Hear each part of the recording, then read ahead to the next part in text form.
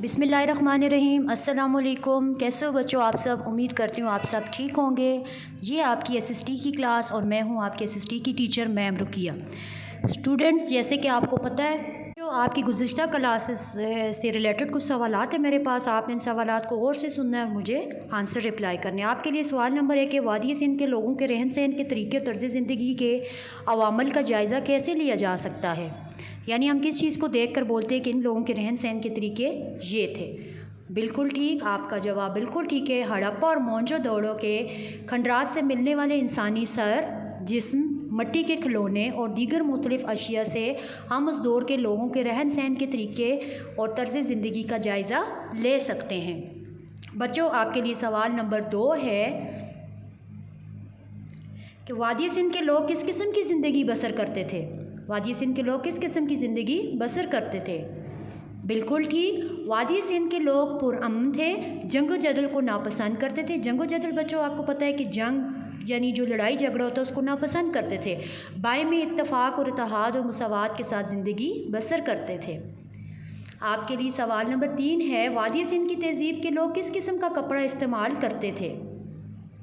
बिल्कुल ठीक, वादी सिंध की तहज़ीब के दौर के लोग सूती और ऊनी कपड़े का इस्तेमाल करते थे।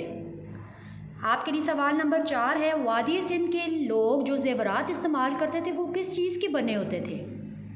बिल्कुल ठीक बच्चों, वादी सिंध के लोग जो ज़ेवरात इस्तेमाल करते थे वो ज़ेवरात सोने, चांदी, हाथी दांत, तांबा और पत्थर से बनाए जाते थे।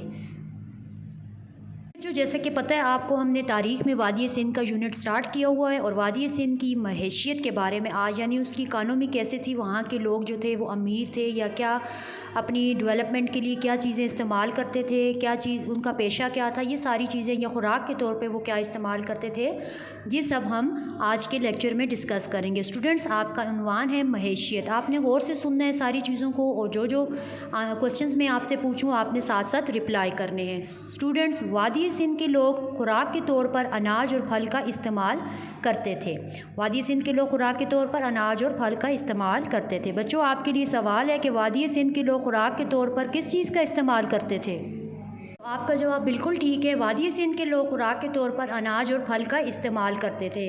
अनाज पैदा करने के लिए वो काश्तकारी करते थे। काश्तकारी का मतलब होता है खेती बाड़ी। खुराक में अनाज के अलावा अंडे, दूध, मछली, मुर्ग का गोश्त और सब्ज़ी वगैरह भी इस्तेमाल करते थे। तो बच्चों, आपके लिए सवाल है कि वादी सिंध के लोग अनाज पैदा करने के लिए क्या करते थे। बिल्कुल ठीक, अनाज पैदा करने के लिए वादी सिंध के लोग काश्तकारी करते थे। और बच्चों, खुराक में अनाज के अलावा और किन चीज़ों का इस्तेमाल करते थे। बिल्कुल ठीक, खुराक में अनाज के अलावा अंडे, दूध, मछली, मुर्ग का गोश्त और सब्ज़ी वगैरह भी इस्तेमाल करते थे। मुख्तलिफ़ किस्म के जानवर भी पालते थे जिनसे वो मुख्तलिफ़ किस्म के काम लेते थे, मसलन ऊँट, बकरियाँ, भैंस और परिंदे वगैरह। बच्चों, आपके लिए सवाल है कि वो जानवर क्यों पालते थे। बिल्कुल ठीक, वो जानवर मुख्तलिफ़ किस्म के जानवर पालते थे ताकि उनसे मुख्तलिफ़ किस्म के काम ले सकें। अब आप मुझे ये बताएं वो कौन कौन से जानवर पालते थे। वो जानवर मसलन ऊँट, बकरियाँ, भैंस और परिंदे वगैरह पालते थे। ये लोग अनाज ज़ख़ीरा करने के लिए का एहतमाम करते थे और शहर में इस मकसद के लिए गोदाम तामीर करते थे। अब वादी सिंध के लोग जो थे अनाज ग्रो करते थे काश्तकारी करने के बाद, फिर उनको सेव करने के लिए, उनको ज़ख़ीरा करने के लिए उनको गोदाम बनवाने पड़ते थे। गोदाम बच्चों आपको वैसे भी पता होना चाहिए कि गोदाम, या पता है आपको कि गोदाम जो ऐसी जगह को कहते हैं जहाँ पे बहुत सी चीज़ों को स्टोर किया जाता है, ज़ख़ीरा किया जाता है। तो ये लोग भी अनाज ज़ख़ीरा करने के लिए गोदाम तामीर करवाते थे। बच्चों, आपके लिए सवाल है कि वादी सिंध के लोग अनाज ज़ख़ीरा करने के लिए क्या तामीर करवाते थे। बिल्कुल ठीक, वादी सिंध के लोग अनाज ज़ख़ीरा करने के लिए, स्टोर करने के लिए गोदाम तामीर करवाते थे। वादी सिंध की तहज़ीब के लोग बुनियादी तौर पर ज़राअत पेशा थे। अब क्या है, वादी सिंध के लोग जो हैं ज़राअत पेशा थे, यानी कि वो फसलें ज़्यादा उगाते थे, खेती बाड़ी करते थे, काश्तकारी करते थे। बच्चों, आपके लिए सवाल है कि वादी सिंध के लोग ज़्यादातर उनका पेशा क्या था। बिल्कुल ठीक, वादी सिंध की तहज़ीब के लोगों का पेशा बुनियादी तौर पर ज़राअत था। बच्चों, आगे हम जाते हैं। ये पहले लोग थे जिन्होंने रुई उगाकर कपड़ा बनाना शुरू किया और गंदम, फली और जौ की काश्त भी की। अब जो वादी सिंध के लोग थे ये पहली कौम थी, आप ये कह लें, जिन्होंने रुई उगाई और उससे कपड़ा बनाया, और उसके अलावा गंदम जो हम रोटी बनाते हैं, फली और जो ये दूसरी फसलें हैं, ये काश्त भी करते थे। बच्चों, आपके लिए सवाल है कि वादी सिंध के लोगों ने कौन कौन सी फसलें काश करते थे? बिल्कुल ठीक, वादी सिंध के लोग रुई, गंदम, फली और जौ की काश भी करते थे। इन हक़ाइक़ से अंदाज़ा होता है कि यहाँ के लोग माशी तौर पर खुशहाल थे क्योंकि इनके अहम पेशे तिजारत और ज़राअत थे। अब क्या है, और जो कि इक़्तिसादी खुशहाली के ज़ामन होते हैं। अब किसी भी मुल्क की तरक्की के लिए आपको पता है वहाँ की माशी खुशहाली होनी चाहिए, वहाँ के लोगों की इकनॉमिक डेवलपमेंट होनी चाहिए। मतलब वहाँ अगर वो ज़राअत पेशा हैं तो उनकी फसलें ज़्यादा से ज़्यादा उगनी चाहिए, अगर वो तिजारत पेशा हैं तो ज़्यादा इंडस्ट्रीज़ होनी चाहिए, ज़्यादा से ज़्यादा चीज़ों को तिजारत करनी चाहिए, बाहर भेजना चाहिए, और ये तरीका होता है। तो अब जो वादी सिंध के लोग थे वहाँ वो माशी तौर पे खुशहाल थे। क्यों खुशहाल थे? क्योंकि उनके जो आम पेशे तिजारत और ज़राअत थे वो उसमें बहुत हद तक कामयाब थे। बच्चों, आपके लिए सवाल है कि माशी तौर पर वादी सिंध के लोग किस तरह के थे? बिल्कुल ठीक, वादी सिंध के लोग माशी तौर पर खुशहाल थे क्योंकि उनके अहम पेशे तिजारत और ज़राअत थे, जो कि इक़्तिसादी खुशहाली या माशी खुशहाली के ज़ामन होते हैं। इक़्तिसादी और माशी एक ही चीज़ होती है। ठीक है बच्चों, माशी आपको मैंने बता दिया, जो हमारे मुल्क की माशी हालत यानी इसके अंदर पैसा कितना है इसकी, अगर ये ज़राअत पेशा लोग हैं तो इनकी फसलें ज़्यादा ग्रो हो रही हैं, और इसी तरह अगर तिजारत पेशा हैं तो इनके मुल्क में इंडस्ट्री ज़्यादा होंगी और ज़्यादा से ज़्यादा चीज़ों को तिजारत किया जाएगा, बाहर भेजा जाएगा। तो ज़माना कदीम में मोहनजोदाड़ो की हैसियत भी एक तिजारती मंडी की थी। ज़माना कदीम में मोहनजोदाड़ो की हैसियत किस चीज़ की थी? बिल्कुल ठीक, मोहनजोदाड़ो ज़माना कदीम में मोहनजोदाड़ो की हैसियत एक तिजारती मंडी की थी। अंदरून मुल्क तिजारत के अलावा दूसरे ममालिक में भी तिजारत की गर्ज से जाते थे। अब वादी सिंध के लोग मुल्क के अंदर तो जो एरिया थे वहाँ तो तिजारत करते थे, लेकिन इसके अलावा ये दूसरे ममालिक के साथ भी इनका ताल्लुक़ था और तिजारत करते थे, चीज़ों की ख़रीदो फ़रोख्त करते थे। तो बच्चों, आपके लिए सवाल है कि वादी सिंध के लोग अंदरून मुल्क के अलावा किन किन मतलब कहाँ कहाँ तिजारत करते थे? अंदरून मुल्क वादी सिंध के लोग अंदरून मुल्क के अलावा बाहर के ममालिक के साथ भी तिजारत करते थे। ख़ास तौर पर जवाहरात दूसरे ममालिक को बरामद करते थे। ये लोग सोने और चांदी और पत्थर वगैरह के ज़ेवरात बनाने में माहिर थे।